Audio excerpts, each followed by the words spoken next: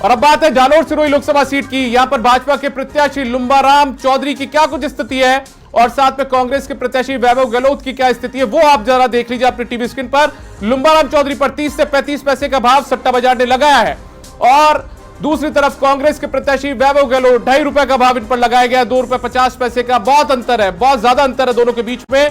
लुम्बाराम चौधरी की जीत सट्टा बाजार बता रहा है, जबकि वैभव गहलोत की जीत यहां पर होती हुई नजर नहीं आ रही है। लुम्बाराम चौधरी पर 30 से 35 पैसे का भाव सट्टा बाजार ने लगाया है, जबकि ₹2.50 का भाव वैभव गहलोत पर लगाया गया। राहुल अवस्थी हमारे डिप्टी न्यूज एडिटर, मेरे वरिष्ठ सहयोगी हैं, वो हमारे साथ में न्यूज रूम से जुड़ चुके हैं और खासतौर पर मेवाड़ और मारवाड़ की राजनीति को बहुत करीब से वो समझते भी हैं, मारवाड़ की राजनीति और मेवाड़ की राजनीति।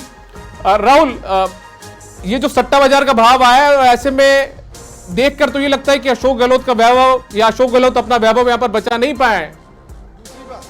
दूसरी बार दीपक, ये सट्टा बाजार का भाव है। अगर सट्टा बाजार भाव इस प्रकार का दे रहा है तो कहीं ना कहीं उनके पास में कुछ हिंट है।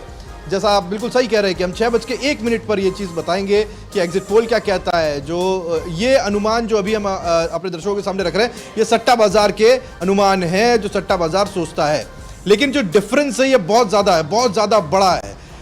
35 के लगभग का भाव लुम्बाराम का है। 30 से 35 पैसे राहुल, 30 से 35 पैसे और ₹2.5 और 30 से 35 और लगभग ₹2.5। तो ये मुझे लगता है कि ये भाव जोधपुर रिपीट कर रहा है। आप समझ रहे हैं, 2019 जोधपुर जो कुछ हुआ वैसा ही कुछ डिफरेंस बनता हुआ दिखाई दे रहा है। यानी कि कुल मिलाकर के एक बार फिर से आपने सही कहा, वो वैभव क्या वैभव बन पाएगा, ये वो सवाल है जो अशोक गहलोत के सामने भी होगा। लेकिन अपने लिहाज से उन्होंने एक कंफर्टेबल सीट चुनने की कोशिश की।